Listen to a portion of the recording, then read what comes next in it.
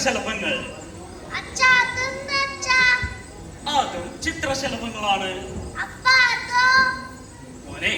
അതാണ് നീല നിറത്തിലുള്ള ചിത്രശലഭങ്ങൾ. അത് സ്വർണ്ണവർണ്ണത്തിലുള്ള ചിത്രശലഭങ്ങളാണ് മോനെ. ഇതെല്ലാം ചിത്രശലഭങ്ങളാണ്. ശലഭങ്ങളുടെ കുടുംബം. അച്ഛനും അമ്മയും മക്കളും ഒക്കെയായി അവർ സന്തോഷത്തോടെ പറക്കുകയാണ്. കുടുംബം, അച്ഛൻ, മക്കൾ.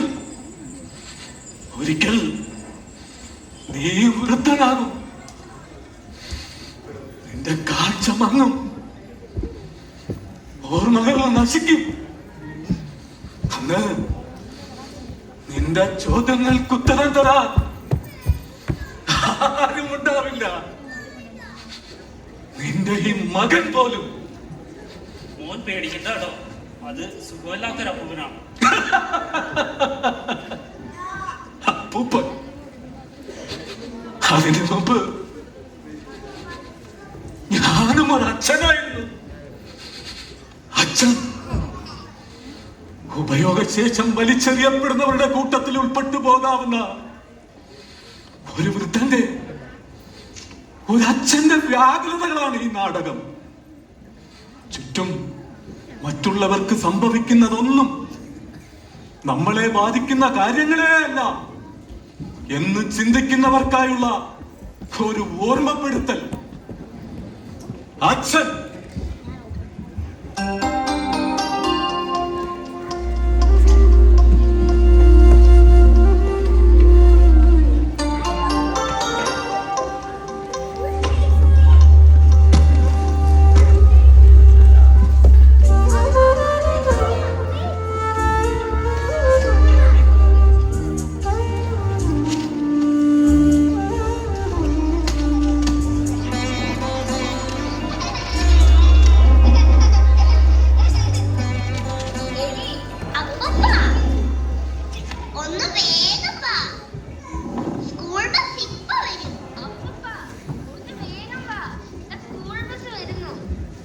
മക്കളെ, ഇങ്ങനെ കിടന്ന് ഓടല്ലേ, എവിടെയാലും തട്ടി വീഴേ. പിന്നെ അതിലുള്ള വഴക്ക് കൂടി ഞാൻ കേൾക്കേണ്ടി വരും. എന്നെ ഇങ്ങനെ ഇട്ട് ഓടിക്കാതെ മക്കളെ. എങ്ങോട്ടാ ഈ ടിഫിൻ ബോക്സ് ഒന്നും എടുക്കാതെ? അയ്യോ, ഇതൊന്നും എടുക്കാതെ എങ്ങോട്ടായി പോകുന്നേ? അതെ, മക്കള് മുന്നേ ഓടിയപ്പോ ഞാൻ അതിന്റെ കാര്യം അങ്ങ് മറന്നുപോയി മോളെ. ചെയ്യേണ്ട കാര്യങ്ങൾ ചെയ്യാതെ മറന്നുപോയെന്നൊക്കെ പറഞ്ഞാൽ മതിയല്ലോ. ഇങ്ങോട്ട് നിൽക്കാൻ. എന്റെ കയ്യിലോട്ട് താ മോളെ. എന്നിട്ട് വേണം ഇത് എവിടെയെങ്കിലും മറന്നു വെക്കാനായിട്ട്. വേഗം ചെല്ലാം, പിള്ളേര് കാത്തു നിൽക്കുക. ആഹാ, ഇതെങ്ങോട്ടാ പ്രധാന സാറേ? നാട് വിട്ടു പോണോ? വലിയ ചുമടൊക്കെ ഉണ്ടല്ലോ. എന്റെ സോമൻ പിള്ളേ, ഇതാണോ എന്റെ ശരിക്കുള്ള റിട്ടേർഡ് ജീവിതം? അതെ, ഞാൻ എന്റെ കൊച്ചുമക്കളെ സ്കൂൾ ബസ് കയറ്റി വിടാൻ പോവാ. താൻ കേറിയിരിക്കേ, ഞാനിപ്പോ ഇനി വരാം. ഒരു റിട്ടയർഡ് തഹസിൽദാരാ ഇപ്പൊ ആ ചുമട് എടുത്തോണ്ട് പോയത്. സർവീസിൽ ഇരുന്നപ്പോ വലിയ കർക്കശക്കാരനായിരുന്നു. ഞാൻ അവിടുത്തെ പിയൂണും. 5 പൈസ കൈക്കൂലി വാങ്ങില്ല, എന്നെ വാങ്ങാനും സമ്മതിക്കില്ല. മുഖ്യമന്ത്രിയുടെ ശുപാർശക്കത്ത് വരെ വലിച്ചു കയറി കളഞ്ഞ ആളാ. അതിന്റെ പേരിൽ കേരളം അങ്ങോളം ഇങ്ങോളം ജോലി ചെയ്യേണ്ടി വന്നിട്ടുണ്ട്. ഭാര്യ മരിച്ച ശേഷം മറ്റൊരു വിവാഹം പോലും കഴിക്കാതെ 2 ആമക്കളുമായി ഒറ്റയ്ക്ക് ജീവിച്ചു. മൂത്തവനൊക്കെ അമേരിക്കനെന്നാ പറയുന്നത്. ഇളയവൻ ഇവിടെ വില്ലേജ് ഓഫീസറും. വീട്ടുപണി മൊത്തം ആ പാവത്തിനാ. റിട്ടയർമെന്റുകാരുടെ ഓരോ അവസ്ഥ. എന്താ സോമൻ ചേട്ടാ, ആരോടാ ഞങ്ങളുടെ കുടുംബചരിത്രം വിളമ്പുന്നേ? വില്ലേജ് ഓഫീസർ ഇവിടെ ഉണ്ടായിരുന്നോ? പ്രതാപ സാറിനെ ഒന്ന് കാണാമെന്നാ. ഇന്നലെ പാതിരാത്രി പുള്ളി എന്നെ ഫോൺ ചെയ്തിരുന്നേ. എന്തായാലും കൂട്ടുകാരൻ ഇവിടെ ഇല്ല, പുറത്തെവിടെയോ പോയിരിക്കാണ്. എവിടെങ്കിലും കറങ്ങി നടക്കണ്ടായിരിക്കും. എന്തായാലും സോമൻ ചേട്ടൻ ഇവിടെ ഇരിക്കും. അതെ, സാറിന്റെ പെരുമാറ്റത്തിൽ ഇപ്പൊ എന്തൊക്കെയോ ഒരു മാറ്റം. ഒന്ന് ശ്രദ്ധിച്ചേക്കണേ. ഒരുപാട് അസുഖങ്ങളൊക്കെ ഉള്ള ആളല്ലേ. എന്റെ ചേട്ടാ, ഇവിടെ ചെറുപ്പക്കാരായ ഞങ്ങൾക്ക് തന്നെ വയ്യ. ജോലിയും സമ്മർദ്ദം കൊണ്ട് മടുത്തു. അച്ഛനോട് ഇവിടെ അടങ്ങിയിരിക്കാൻ പറഞ്ഞാൽ കേൾക്കില്ല. ചുമ്മാ അലഞ്ഞു തിരിഞ്ഞ് നാട്ടുകാരെ കൊണ്ട് പറയിപ്പിക്കാൻ. ചേട്ടാ ഒന്ന് നിൽക്കണേ. ആ DTDC-യിൽ എൻ്റെ ഒരു പാഴ്സൽ വന്നിട്ടുണ്ട്, ഒന്ന് കളക്ട് ചെയ്യാവോ? അതെ, ഞാൻ ഇന്നൽപ്പം തിരക്കില്ല. അച്ഛനോട് പറയൂ ഇവിടെ വെറുതെ ഇരിക്കല്ലേ. അല്ല, മോളിവിടെ സ്ഥിര താമസമാക്കിയോ? അതെല്ലോ, എന്റെ സ്വന്തം ചേച്ചിയുടെ വീട്ടിൽ വന്ന് താമസിക്കുന്നതിന് താങ്കൾക്ക് എന്തെങ്കിലും ബുദ്ധിമുട്ടുണ്ടോ? അയ്യോ, എനിക്ക് ഒരു ബുദ്ധിമുട്ടും ഇല്ലേ. ഞാൻ കഴിഞ്ഞ ആഴ്ച വന്നപ്പോഴും മോളെവിടെ കണ്ടിരുന്നു, അതുകൊണ്ടങ്ങ് ചോദിച്ചു പോയതാ. അതെ, ഈ കൂട്ടുകാരനെ കാണാൻ വന്ന കണ്ടേച്ചങ്ങ് പോണം. ആവശ്യമില്ലാത്ത കാര്യങ്ങൾ നോക്കണ്ട കേട്ടോ. ഓ അതെ, ആ പ്രതാപൻ സാറ് പോയ വഴിക്ക് പോയോ? ദൈവം തമ്പുരാൻ അറിയാം, എവിടെയെങ്കിലും കറങ്ങി നടപ്പുണ്ടായിരിക്കും, വീട്ടുകാർക്ക് ഒരു പ്രയോജനം ഇല്ലാതെ. ആ എന്നാ പിന്നെ ഞാൻ പോയേച്ചു പിന്നെ വരാം. ആ അതാ നല്ലത്.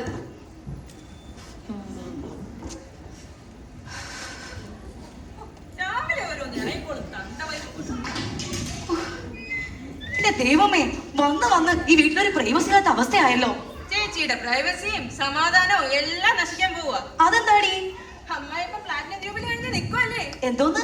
75 വയസ്സ് കഴിഞ്ഞോന്ന്. താമസിക്കാതെ ഈ വീട് ഒരു തൊഴുത്തായി മാറാനുള്ള എല്ലാ സാധ്യതയും കാണുന്നുണ്ട്. എന്റെ ദൈവമേ, ഇതൊന്നും നീ എന്നെ ഓർമ്മിപ്പിക്കല്ലേ. വല്ല അറ്റാക്ക് വന്നങ്ങ് തീർന്നാ മതിയായിരുന്നു. എനിക്ക് കൊള്ളാം, ഇല്ലെങ്കിലോ ഒരു കിടപ്പങ്ങ് കിടക്കും വർഷങ്ങളോളം. കിടന്ന കിടപ്പിലെല്ലാം നടത്തും. നോക്കിയേ പറ്റൂ. വൃദ്ധസാനത്തിലാക്കാൻ പറ്റൂ. നോട്ടുകാരും വീട്ടുകാരും പേടിക്കണ്ടേ? ഓ, അപ്പൊ എന്തായാലും ഹോം നേഴ്സിനെ വെക്കേണ്ടി വരുമല്ലേ? വരും.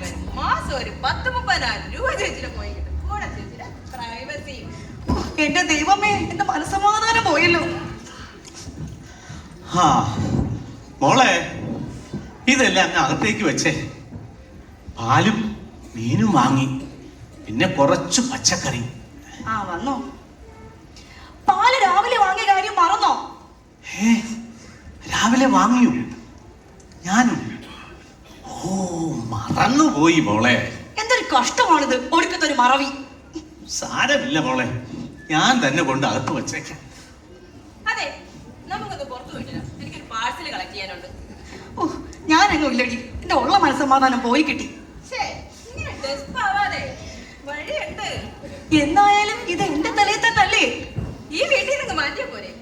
ആ വയലിന്റെ അരയിൽ ഒരു പഴയ വീട് ഒഴിഞ്ഞു കിടപ്പില്ലേ, ചേട്ടന്റെ കുടുംബ വീട്. പക്ഷെ അവിടെ ഇപ്പൊ പണിക്കാർ താമസിക്കുവാ. 3-4 മുറിയിടല്ലേ, ഏതേലും ഒരെണ്ണം പെയിന്റ് അടിച്ചങ്ങ് വൃത്തിയാക്കിട്ടേ. ആ, ഈ ഐഡിയ എനിക്ക് തോന്നിയിരുന്നു. പക്ഷെ ആര് നോക്കും? ആ പണിക്കാരുടെ കൂട്ടത്തില് ഒരു പയ്യനില്ല. അവൻ എന്തായാലും പശുക്കളെ നോക്കണം. കൂട്ടത്തിൽ എന്തേലും കൂടെ കൊടുത്തു കഴിഞ്ഞാൽ ചേച്ചിയുടെ അമ്മായിനെ കൂടെ നോക്കിക്കോളും. ഹോം നേഴ്സിന്റെ പൈസ ലാഭം, ചേച്ചിക്ക് സ്വസ്ഥതയും കിട്ടും. ആ മോളെ, ആ സോമൻ പിള്ള എന്നെ ഇവിടെ കാത്തിരുന്ന കാര്യം ഞാൻ അങ്ങ് മറന്നുപോയി. ഞാനൊന്ന് കണ്ടേച്ചു, ഇപ്പൊ ഇനി വരാം. എങ്ങോട്ടാ? ഞങ്ങൾക്കൊന്ന് പുറത്തു പോണം. നിങ്ങൾ പോയിക്കോ, എന്റെ വേറെ താക്കോലുണ്ടല്ലോ. മാത്രമല്ല, ഞാനിപ്പൊ ഇങ്ങനെ തിരിച്ചെത്തത്തില്ലയോ. അതെങ്ങനെ ശരിയാകും? പിള്ളേരിപ്പൊ സ്കൂളിൽ നിന്ന് വരും, അല്ലെങ്കിൽ തന്നെ വീട് അടച്ചിടാൻ പറ്റില്ല. കള്ളന്മാരൊക്കെയുള്ള സമയമാ. അച്ഛൻ ഇപ്പൊ എങ്ങോട്ട് പോകണ്ട. നീ വന്നേ. ദേ, കഥകൾ തുറന്നിച്ച് ഇവിടെ ഉറങ്ങരുത്. കാവലിനാന്നുള്ള ബോധം വേണം.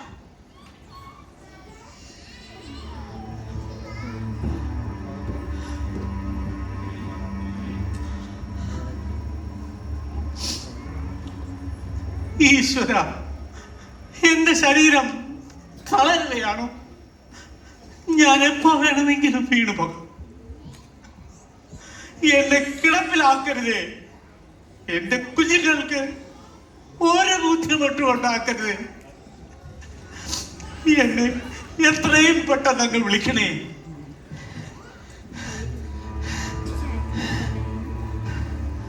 ആ വാസൂട്ടിന്റെ വിധി എനിക്ക് വരരുത്.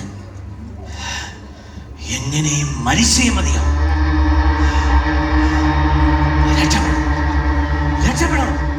രക്ഷപ്പെട്ടേ മതിയാവും. ആഹാ, അത് ശരി. ഇവിടെ ഒറ്റയ്ക്കിരുന്ന് സംസാരിക്കുകയാണോ? സോമൻ പിള്ളേ, താനിവിടെ രാവിലെ ഇരുന്ന കാര്യം ഞാൻ അങ്ങ് മറന്നുപോയടോ. ഭയങ്കര ഭയങ്കര മറവിയാണോ ഇപ്പോ? അത് ആവശ്യമില്ലാത്ത ചിന്തകൾ കൂടുന്നോണ്ടാ. അതിരിക്കട്ടെ, ഇന്നലെ പാതിരാത്രി എന്തിനാ എന്നെ ഫോണിൽ വിളിച്ചത്? പാതിരാത്രിയോ? ഒന്ന് ഓർത്തു നോക്കിക്കേ. ഞാനോ? അതെ, 12:10. ആ, ദേ, ഇപ്പൊ ഓർമ്മ വന്നു. കുറച്ചു മുമ്പ് കൂടി ഞാൻ ഓർമ്മിച്ചതേ ഉള്ളൂ. ഞാൻ ഇന്നാള് തന്നോടൊരു കാര്യം പറഞ്ഞിരുന്നില്ലേ, കുറച്ച് വിഷം വാങ്ങുന്ന കാര്യം. പുറത്താ നായുടെ ശല്യം സഹിക്കാൻ വയ്യടോ. കുഞ്ഞുങ്ങളെയൊക്കെ കുരച്ച് ഭയപ്പെടുന്നു. അതിനെ അങ്ങ് കൊന്നയ്ക്കാൻ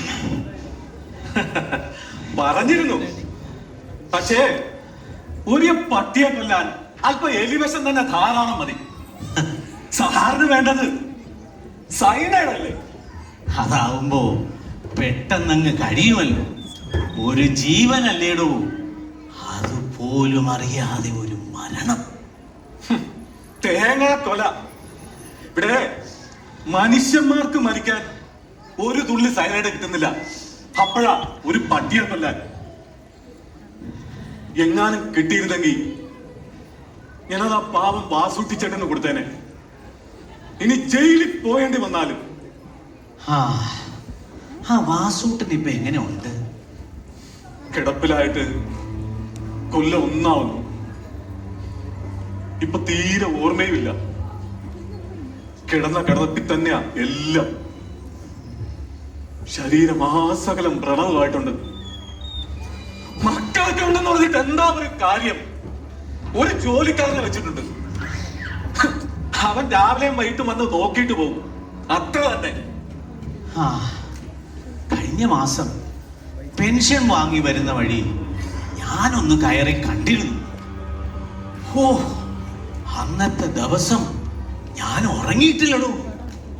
നമ്മുടെ കൂട്ടുകാരനല്ലായിരുന്നു. എന്റെ അതേ പ്രായം. നാളെ നമ്മളും ഇങ്ങനെ കിടക്കേണ്ടി വരില്ലേ? ഫോണിലിരിക്കുന്നവൻ ഓരോന്ന് കൽപ്പിച്ചിട്ടുണ്ട്. അതിരിക്കട്ടെ, വാ നമുക്ക് അവിടെ വരെ ഒന്ന് പോയി ചേട്ടനൊന്ന് കണ്ടിട്ട് വരാം. കയ്യിലുള്ളത് എന്തെങ്കിലും കൊടുക്കുകയും ചെയ്യാലോ.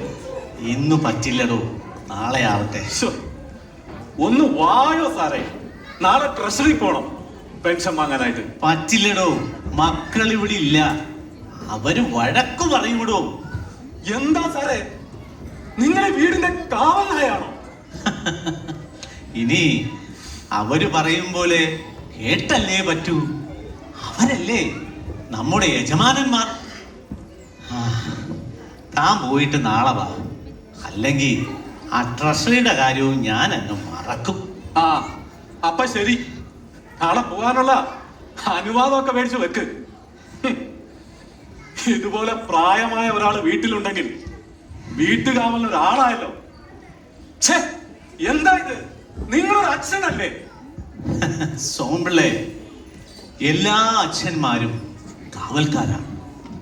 കുടുംബത്തെ സ്നേഹിക്കുന്ന എല്ലാ അച്ഛന്മാരും വീടിന്റെ കാവൽക്കാരാണ്. കുടുംബം എന്ന ശ്രീകോവിലിന്റെ കാവൽക്കാരൻ.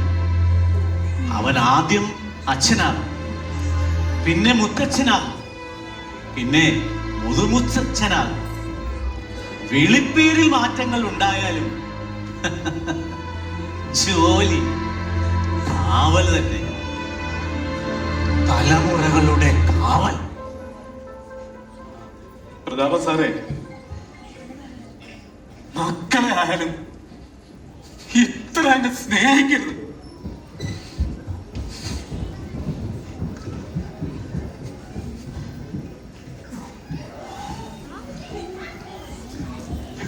അച്ഛാ, നീ വന്നോ? നീ ചായ കുടിച്ചായിരുന്നോ? മക്കള് രണ്ടുപേരും ഇവിടെ ഇല്ല, പുറത്തു പോയിരിക്കുക. ഇതുവരെ തിരിച്ചെത്തിയിട്ടില്ല. അച്ഛൻ എന്തെങ്കിലും കഴിച്ചായിരുന്നോ?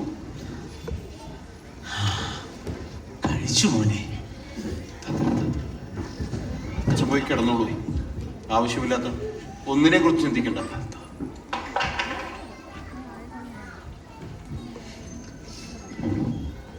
അച്ഛന്റെ വാർദ്ധക്യം അതെനിക്കൊരിക്കലും ഒരു ഭാരമാവില്ല.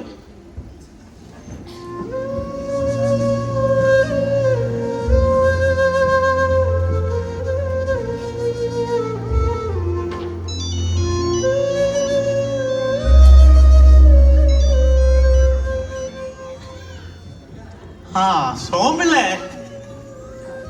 ആ ഞാൻ അന്ന് പറഞ്ഞു അത് വേണ്ടടോ, അത് വേണ്ട. അതെ, സൈനൈഡും വേണ്ട, എലിവിഷവും വേണ്ട. ആ പട്ടിക്ക് ഇപ്പൊ ഒരു യജമാനൻ ഉണ്ടോ, അയാൾ അതിനെ കൊണ്ടുപോയി സംരക്ഷിക്കാമെന്നും പറഞ്ഞു. ഇനി കൂടുതൽ ശല്യങ്ങളൊന്നും ഉണ്ടാക്കിയില്ലെങ്കിൽ കുറച്ച് നാൾ കൂടി ജീവിക്കട്ടടോ. ഒരു ജീവനല്ലേടോ.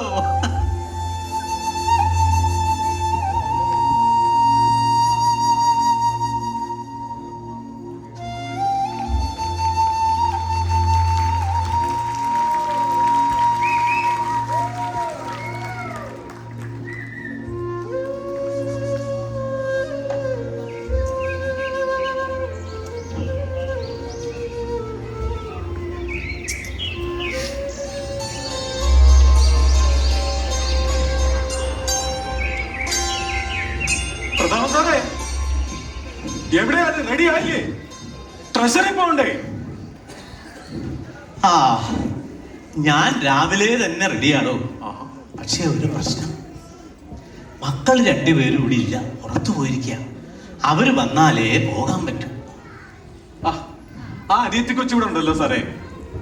അല്ലെങ്കിൽ തന്നെ സാറിന്റെ താക്കോലുണ്ടല്ലോ, പൂട്ടിയേച്ച് വാന്നേ. പറ്റില്ലടോ, പൂട്ടിയിടാൻ പറ്റത്തില്ല. മക്കള് വഴക്കു പറയൂടോ. ഇപ്പോ പകലാ ഏറ്റവും കൂടുതൽ മോഷണം നടക്കുന്നതെന്നാ പറയുന്നേ. എന്റെ സാറേ, ഇനിയും വൈകിയാൽ ട്രഷറിയിൽ വലിയ ക്യൂ ആ. എന്താണ് രണ്ടുപേരും കൂടി എന്തോ പ്ലാനിങ്ങിലാന്ന് തോന്നല്ലോ. ആ മോളെ, അച്ഛന്റെ ഇന്നത്തെ ജോലി എല്ലാം കഴിഞ്ഞു. അച്ഛനൊന്ന് ട്രഷറി പോയിട്ട് ഇപ്പൊ ഇങ്ങനെ വരാം. അതെങ്ങനെ ശരിയാകും? ഞങ്ങൾക്ക് ഇന്നൊരു കല്യാണത്തിന് പോണം. എത്തുമ്പോ വൈകുന്നേരമാകും. പോകാൻ പറ്റില്ല. മക്കളിങ്ങ് എത്തുന്നതിന് മുമ്പ് ഞാൻ തിരിച്ചെത്തിക്കോളാം. 2 ദിവസം കഴിഞ്ഞാൽ ട്രഷറി എടുത്തോളം ഉണ്ടാവത്തില്ലേ? അച്ഛൻ എന്താ പറഞ്ഞാ മനസ്സിലാവില്ലേ? എന്താ മോളെ ഇത്? ഒന്നുമില്ലല്ലോ, ഒരു റിട്ടയർഡ് തഹസീൽദാരല്ലേ ആ നിൽക്കുന്നത്?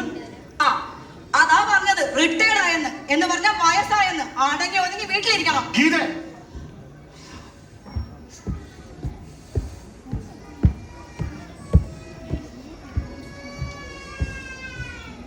അതെ, ഈ പെൻഷൻ വാങ്ങിക്കാൻ ട്രഷറി പോകുന്ന പരിപാടി ഇനി വേണ്ട. അത് ബാങ്കിലേക്ക് വരുത്താനുള്ള എല്ലാ കാര്യവും ഞാൻ ശരിയാക്കിയിട്ടുണ്ട്. അച്ഛനൊന്ന് ഒപ്പിട്ട് കൊടുത്താൽ മതി. ATM ഞാൻ എടുത്ത് തന്നോളാം. മോനെ, അച്ഛനൊന്ന് പുറത്തു പോകാൻ പോലും പാടില്ല. എനിക്കല്പം സമാധാനം തരൂ.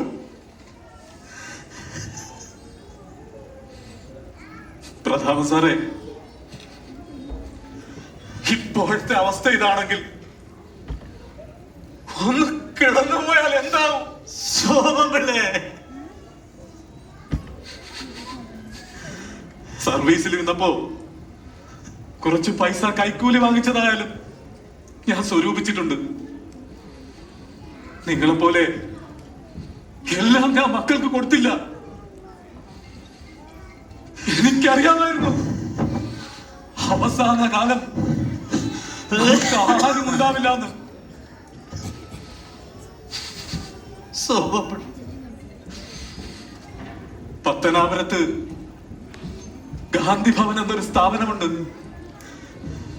പ്രായമായവരൊക്കെ വളരെ ഭംഗിയായി നോക്കുന്ന ഒരു സ്ഥലം. ഞാൻ അവിടെ പോയി കണ്ടിരുന്നു. ഗതി കിടുമ്പോ ഉള്ളതും പെറുക്കി നമുക്ക് അവിടെ പോവാം.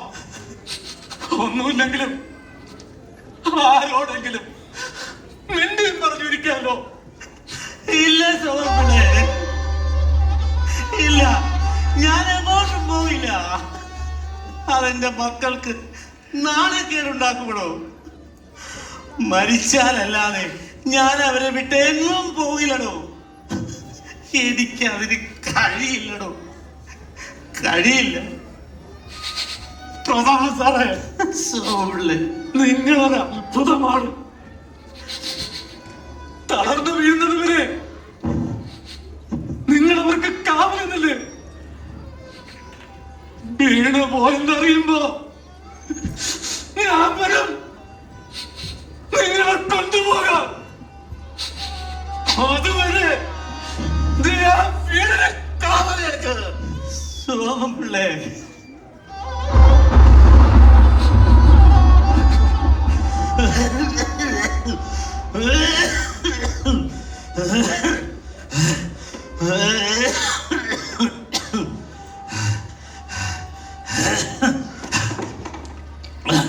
മറക്കരുത്, കാവലിനാണെന്നുള്ള ബോധം വേണം.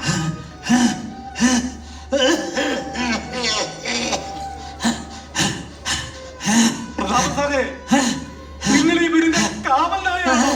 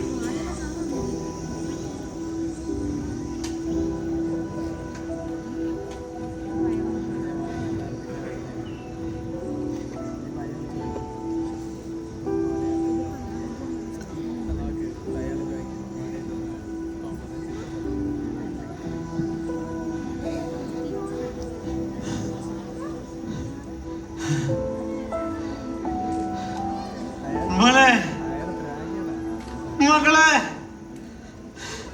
അച്ഛനൊന്നും കാണുന്നില്ലല്ലോ ഇവിടെ.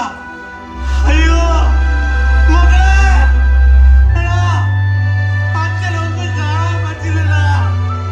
മോനെ, അച്ഛനൊന്നും കാണാൻ പറ്റില്ലടാ. അച്ഛന്